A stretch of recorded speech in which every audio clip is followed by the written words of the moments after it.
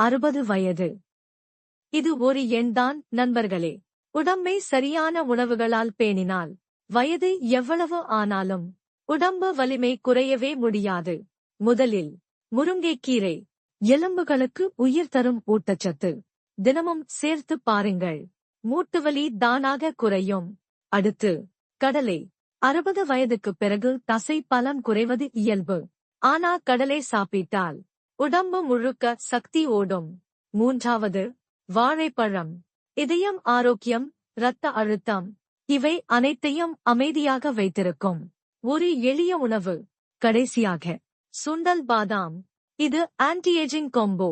நரம்பு வலிமை, உடல் சக்தி, தெளிவான மனம் எல்லாம் இதில்தான். இந்த 4 உணவுகளையும் வாழ்க்கையில் சேர்த்தால் 60 வயது என்ன?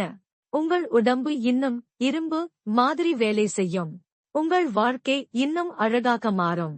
இது போன்ற வீடியோக்களை தொடர்ந்து பெற சப்ஸ்கிரைப் செய்யவும்.